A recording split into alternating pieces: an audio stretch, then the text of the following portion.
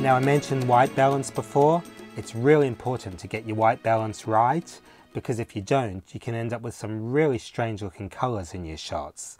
We've probably all seen it before, where someone's used the wrong white balance setting and daylight scenes can look very blue or indoor scenes can look very orange. I mean, effectively you want it to look as close to what it looks like with your eyes as possible. So the settings are preset A and B. So we can see those on the side of the camera. If I put that onto preset and I press the menu, we can actually set the preset color temperature. Click on the first menu, which is camera process. Okay, now scroll down and you'll see we get to preset temperature. Now that's at 3200 K. The K is for Kelvin. Now 3200 Kelvin is for daylight. So effectively the preset is for daylight.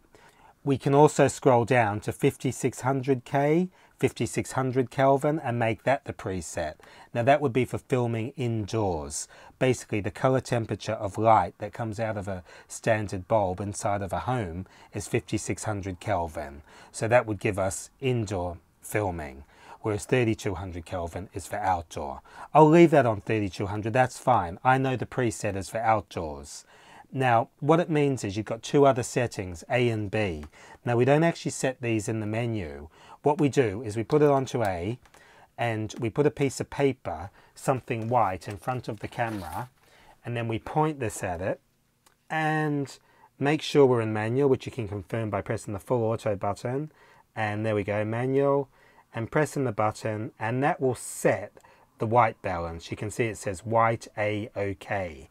So that's set for the A setting on the side of the camera, and you have yet another one which is B. So if you put that onto B, let's say you were filming in a different lighting situation, you could do a white balance on B, press the white balance button, and you can white balance again on a white piece of paper in a different lighting situation. So effectively A and B is what you have white balanced on, and the camera will remember those settings. So you can very easily flick between A, perhaps for indoors, B for outdoors, preset, which I mentioned was 3200, which was outdoors, and if you wanted A or B to be in a mixed light and where you've got daylight as well as tungsten light, you could do a white balance on the mixed light. So it's quite versatile.